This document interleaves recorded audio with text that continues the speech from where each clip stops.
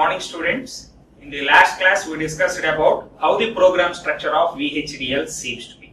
So where that particular one, so we followed the structured programming. So it consists of two parts. Those two are entity declaration and architecture definition. So as we already discussed, in entity declaration we are going to define only the inputs and outputs of that particular module. And while coming for architecture definition, we are going to define the operation of that particular circuit. In detailed operation of that particular circuit we are going to describe in architecture definition. So because of we divide into that particular two parts, whenever we are substitute this particular one in another module, just we are going to give the entity declaration itself. So by means of that we can able to provide security for our architecture. That is what the main advantage, why we need to follow the structured programming while in the case of VHDL. And next, we already discussed regarding the syntax of entity declaration and architecture definition. So after that, based on that particular syntax, now, so let me write simple programs. Okay. So while coming for that, first I am going to consider a 2 input AND gate operation. So for this, so based on the previous classes, so what you know, the syntax for entity and architecture definition. So now we will try to write a program for 2 input AND gate in VHDL. Okay. So 2 input AND gate. So this is the logic symbol for that. So where A, B are the inputs and C is the output. So that is what 2 input AND gate seems to be. For that we are supposed to develop a VHDL program. Anyway, so till now we didn't discuss the what are all the different type of signal types. Okay, so we have several other things, constants, types and all these. So but so in an overall view let me explain. So because of we already discussed entity declaration and architecture definition syntax. So based on that, once if I represented two programs mean, then it seems to be very easy for you to understand that particular structure. So in that regard, here I considered 2 input AND gate. Okay. So for this particular one, we are supposed to write a VHDL program. So as you know that first we are supposed to represent the entity declaration, then after that architecture definition. So while we are writing entity declaration, so we are supposed to consider whatever the logic circuit it consists of, we can able to consider it a black box. So that means, so this one we can able to assume such as like this. So where A, B are the inputs and C is the output. Just so at the center, so we can able to consider it as a simple black box. Okay. So because while coming for entity declaration, we are going to define only inputs and outputs of that particular module. We are not going to define any internal structure. Okay, the operation of that particular gate we are not going to define within the entity. In entity declaration we are going to define only inputs and outputs. So because of that we can able to assume whatever circuit is present in between inputs and outputs, we can able to represent with a black box. So like this I considered a black box, only inputs and outputs I mentioned for that. Based on that, now we can able to realize the entity declaration. Okay. While coming for that, so what is the syntax for entity declaration? It starts with a keyword entity. So first entity, then after that entity name. So which is an user defined identifier. Okay. Entity keyword, after that entity name. Entity name is a user defined identifier, and also I mentioned so how we are supposed to mention the user defined identifier. It must starts with letter and consists of letters, digits and underscores, but 2 consecutive underscores must not be present. Okay, and also last character should not be a underscore. So considering all these, you are supposed to represent the user defined identifiers. And one more thing also, we should not consider predefined keywords. Okay, predefined keywords, operators, predefined boolean operators, whatever it may be. So many operators and all, those are all predefined while in the case of VHDL. So we should not consider all those predefined operators as well as predefined types. So those we should not consider them as names for the modules. So because of that, so first entity, then entity name, user defined identifier. Because of here I am realizing 2 input AND gate, so our entity name must represent the same one. So any name you can able to consider in general. So but in an easy way to identify this particular program belongs to 2 input AND gate, related to that particular one we are supposed to give the entity name. So in that regard, here I am considering AND 2. So why I mentioned AND 2? So I can also left it with AND, but AND is a predefined operator while in the case of VHDL, because of that you should not consider simply AND. Okay, so those are all predefined operators in VHDL. So because of that, in addition to AND extension, anything you can able to represent. Okay, then it does not comes under a predefined keyword. So because of that, it's a 2 input AND gate. To indicate that particular one, here I indicated with AND 2. Okay, I didn't mention any space between AND 2. So in a continuation way, AND 2 directly I mentioned. So that is the entity name that I mentioned. Then after that, entity name, then is a keyword. Okay. Then after that, next what we are supposed to do after giving the entity name, next we must declare the input output ports. That means external interface signals. With these signals only this particular device is going to interface with other modules. Because of that, those signals we can call them as external interface signals. So those we have to declare in port declaration part. So that starts with a keyword port. Okay. And while coming for this, so within this particular one, syntax is signal name. Okay. So if the two signals are belongs to same mode, so you can able to separate them with a comma. So otherwise, one by one. So each signal also in a separate manner you can able to represent it. So in this particular case, the inputs for this particular one is AB, where mode of those two signals is inputs itself.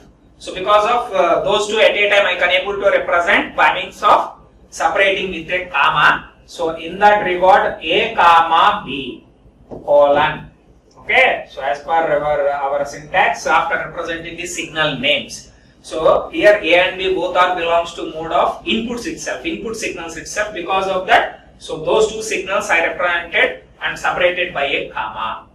Okay, if you want, you can able to write separately as well. Okay, so A comma B colon. Then next after signal names, next we are supposed to represent the mode. So in mode, in general, we have 4 different reservoirs. Okay, that means 4 modes. Okay, 4 reservoirs we have in mode. Those are all in, out, buffer and in, out. Okay, so while coming for this, here these 2 are inputs. Because of that, here I mentioned mode as in. Then after that, signal type. Okay, so till now we didn't look at what are all the predefined or user defined signal types that we have. But in this particular case, so I am defining one which is bit. Okay, so bit. So bit is a signal type that I mentioned. So what this particular statement is going to indicate means here A and B. So these are all once again user defined identifiers. We can able to give any name. Okay, but it must start with the letter. Okay, so because of that, A comma B colon mode. We have 4 different. Okay, under mode we have 4 possibilities, 4 reservoirs that we have in, out, in, out. Okay, and buffer. So here I consider these are all the inputs. Because of that, in, then signal type bit. Okay, so this is not the last one in that regard. So we are going to place a semicolon for that. And after that, next what we have other than A, B, C. So which is an output for that. So we have to define that one as well. Okay, C. And the mode is out, because output that it is going to represent.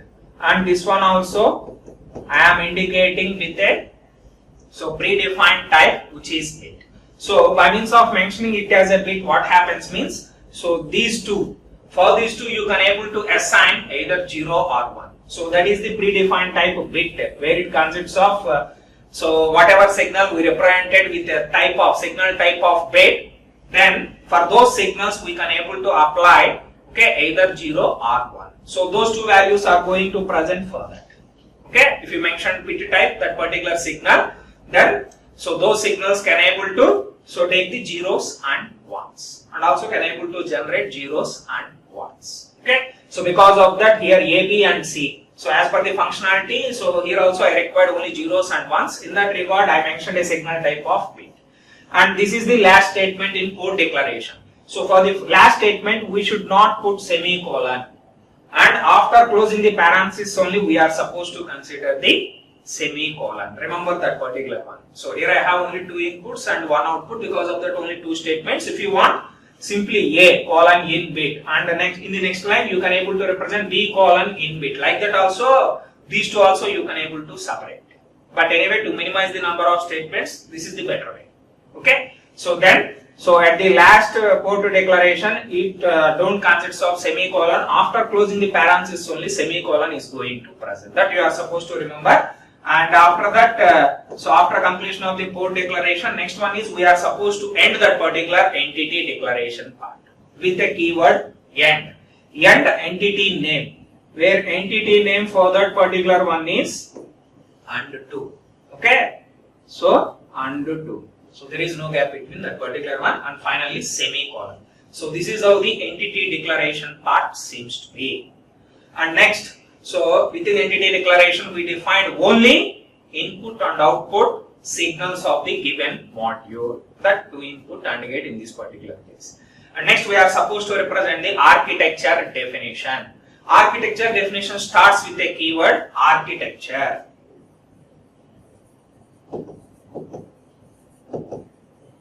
So architecture.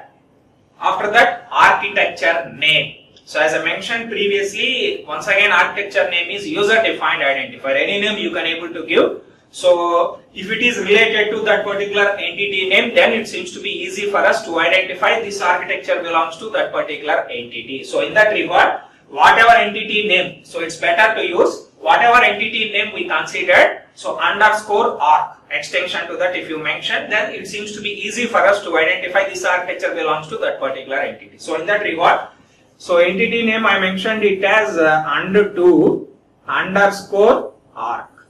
So this is the architecture name in general we are supposed to give for an easy understanding. Okay. So and2, which is an entity name, underscore arc. So that is the architecture name that I considered. Okay. So architecture name, then of, after that entity name. So whatever entity name we mentioned in the entity declaration, that must be considered. So same name, what you mentioned over here, same name you are supposed to consider in this particular entity name.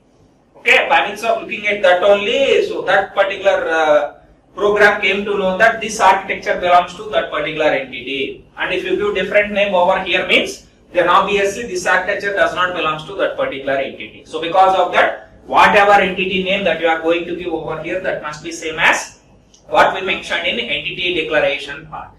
So and2 underscore arc of and2 entity name is, okay. So these are all the keywords. Architecture of is, and these two are the user defined identifiers. Then after that, if you look at the architecture syntax, where we can able to define type declaration, signal declaration, function definition, procedure definition, like whatever discussed in the previous one. So all those we can able to define if necessary. But here within the internal circuit, only it consists of AND gate. Okay, simple circuit, that is the basic one. So there is no need of any additional internal signals we are supposed to represent other than A, B and C. So because of that, no signal declarations, and also another type, different type other than this particular bit. So no any other types are required. And also we should not mention, so there is no need to mention any constants over there, and also there is no predefined functions and procedures. Because of that reason, so I am not going to mention any. So because while you are representing over here, all those are all not required. If required, then only we can able to consider all those. Okay, like type declaration, constant declaration, signal declaration, function definition, procedure definition, all this. If required, then only we are supposed to mention, because of this type of basic modules. So obviously they don't want all those. So because of that, so let me start the body of the architecture that starts with the keyword begin. Okay. So and while coming for this, so after begin we are supposed to write the concurrent statements. Concurrent statements are nothing but all are going to execute at a time. Okay. So while coming for that, within architecture, we are going to define the internal operation of that particular circuit. In entity, we are going to define only inputs and outputs. While coming for architecture, we are going to define, okay, what is the internal operation of that particular circuit. So in general, here, so output C, so which is assigned a value of, okay, A and B. So this is the statement that we have, concurrent statement. That means here AND is a predefined one, predefined Boolean operator.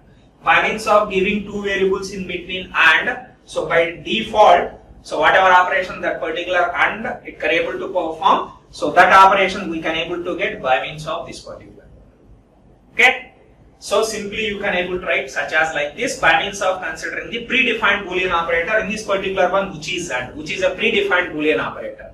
So that's why while coming for entity name and architecture's name, you simply should not give AND, because if you give here as AND here, okay, it will consider it as a predefined operator, not a user defined identifier. It will consider such as like that. So in that regard, so here we are supposed to get the AND operation directly by means of using this particular one, you can able to achieve it. So in another way also you can able to write it as, okay, so here I mentioned two underscores. Okay, in the program if you want to mention any comments, so comments is just for readability purpose, that's it. Okay, so there is no other specific reason to place that particular comments, just for the readability purpose. Okay, two underscores, two consecutive underscores, we are supposed to mention, okay, hyphens, sorry, yeah, underscore in this sense, that is a user defined identifier, two hyphens. Two hyphens we are supposed to indicate, okay, if two hyphens we mention, so then thereafter whatever you written, so that particular one comes under the comments, okay, and that particular comment ends at the end of that particular line. So wherever it is going to end, at that particular point it ends. Okay, comments in VHDL we are going to define by means of two consecutive hyphens. Okay, then in another way this program we can also write it as C assigned a value of, based on the truth table you can able to write it. So what is the truth table for that? A, B, C, because of AND 0, 0, 0, 1, 1, 0, 1, 1, for these combinations 0, 0, 0, 1. So that is the tabular form for that. Okay, so that means from that what we can able to say, for an AB inputs of 1 and 1, if both the inputs are 1, then only output become 1. For all remaining other combinations, so it becomes 0. So that is what the truth table, and based on that now you can able to write it as C assigned a value of 1 for a single bit assignment, single quotes we are supposed to place. Okay, for a single bit assignment, okay, single quotes we are supposed to represent. For multi-bit, double quotes we are going to consider. Anyway, here single bit only. That's why we mentioned the type is bit itself. Either 0 or 1 we can able to apply, or we can able to get from that particular one. Okay, so C assigned a value of 1 when so A equals to 1 and so here also this is also a comment, and B equals to 1. Okay, C equals to 1 when A equals to 1 and B equals to 1, else 0. Then, so with that I closed that particular statement, then semicolon. Okay, so this is the another way to represent this particular one. Directly you can able to use the predefined operator, otherwise you can able to consider this type of statement. Anyone you can able to consider. So here I mentioned C assigned a value of 1 when A equals to 1 and B equals to 1. Else, if this case is failed, when both inputs are 1s, if that case is failed, else for all remaining combinations 0 must be assigned to C. So that is what going to happen. Okay, so in general comments will be so explained by means of considering the two hyphens. Okay, remember it. Then after that, so here I assigned the concurrent statement. That is what the functionality is required. Either this one or this one you can able to write it as. Okay. Then after that, so we are supposed to close that particular architecture body with end architecture name. So whatever we mentioned over here, that itself. And to underscore arc. So that is what. Okay. So that is how to represent. So to input and get operation. Okay. So this is how to write a program in VHDL. Okay. Next, so we will look at the another type of gate, which is to input inhibit gate. Okay. So what it indicates actually, what it means, inhibit gate means. So inhibit gate functionality is whether it enables or disables the functionality of that particular device. Okay. For that reason only we are going to consider such type of inhibit gate. So that inhibit gate functionality we can able to achieve. Suppose if I am considering this particular AND operation, so if one of the input is propagated through an inverter, okay, like this if I place it. So that itself we can able to consider it as to input inhibit gate. Why? Because so whenever I applied so B input as 1, it is going to disable the functionality of AND operation. And whenever I applied this B input, that inhibit signal input is, okay, B input as 0, it enables the AND operation. Okay, so because here if we applied, so 1 means, so obviously after inverting you are going to get a value of 0. Then by means of that, whatever value you are applying at A, irrespective of that, output always lies in a constant 0 itself. That means it disabling the functionality of AND operation. Okay, so by means of that particular inhibit gate, we can able to enable or disable the so given functionality of any particular module. For that reason only we are going to consider such type of gates, and how you can able to achieve that particular behavior is one of the input must be connected through inverter, and then only we are applying as input for that particular module. So in this particular case, if I consider 2 input inhibit gate, so for AND gate I considered, for OR also you can able to consider. Here I already mentioned, and because of that I consider it one of the input through inverter I applied it to the AND gate. Okay, so by means of that, whenever I considered B equals to, okay, that inverting input, if I applied it as 1, so then it disables the AND operation at the output side. And by means of applying so 0, then obviously then that enables the AND operation at the output side. So that is what the 2 input inhibit gate. So now we will write the functionality further based on that particular one. Okay. So now our intention is to develop a program for 2 input inhibit gate. Okay. So this is how for an AND gate it seems to be. 2 input, so X, Y and Z is the output that I am mentioning. Okay. So same as previous one. So first we are supposed to represent the entity declaration part. So for that entity name. So here in this particular one, this is an inhibit gate to represent that particular one. Same name I considered. So which is not a predefined operator. So because of that inhibit, you can able to mention entity name is. Okay, while you are writing entity, simply you have to consider this one is a black box. Okay, then inputs and outputs only we can able to so look from that particular black box. So entity name is, in here entity name I considered inhibit, and next port declaration starts with the keyword port, and inputs are X, Y, where these two are mode is input itself in, and so here type is once again I am considering bit and semicolon. And one more thing you are supposed to remember is, as I mentioned, VHDL is not a case sensitive. So because of that, either you can able to mention with small letters or capital letters. Okay. So in lowercase or uppercase you can able to represent that particular one. So XY in bit and Z, so which is out, once again considered bit. Because of this is the last statement in port declaration part, we should not give. Okay, semicolon after closing the parenthesis we are supposed to mention it. Then after that, so we are supposed to end, because all inputs and outputs are mentioned in that particular port declaration. So because of that we are supposed to end that particular entity. So end entity name inhibit.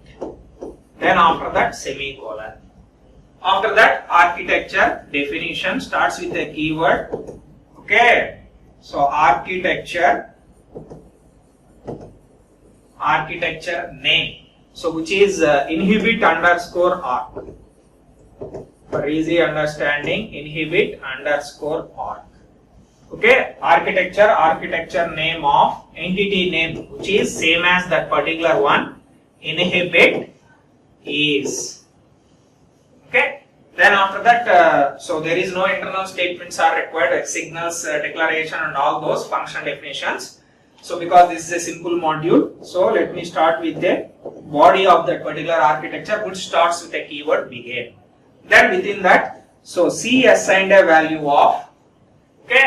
So before writing that, you are supposed to know the truth table for this x, y, and z. So 0, 0, 0, 1, 1, 0, 1, 1. So while coming for this, the truth table is, so here I applied 0, 0 means obviously it's get inverting and it become 1. So even though it got a value of 0, here also 0. 1, 0 means here you are supposed to get a value of 1, because 1, 0 means it's after inverting it becomes 1, 1, 1, then output z become 1. So while coming for 1, 1, it's inverting over there, because of that it becomes 0. That is the truth table that we have. That means for this particular input combination, we are going to get output become 1. For all remaining, we got a value of 0. So in that regard, C assigned a value of 1. For single bit assignment, with single quotes we are supposed to represent. When, okay, so x equals to 1 and y equals to 0. If this is the case, x equals to 1 and y equals to 0, then C must be assigned a value of 1. Else, 0 we are supposed to assign, then end with that particular statement with a semicolon. So that is what the functionality. This single statement is going to represent all this particular truth table. Okay, 1, 0 means we are supposed to get 1. For all remaining cases, 0 must be assigned to C. That's what this particular statement is going to represent. Then we defined all that particular truth table. Then after that we are supposed to end the architecture. So that starts with a keyword end, architecture name, which is inhibit underscore arc. So this is what the functionality of that particular. Okay. So with this, so a small introduction to the VHDL program by means of considering 2 input AND gate and 2 input inhibit gate. Okay. Anyway, thank you.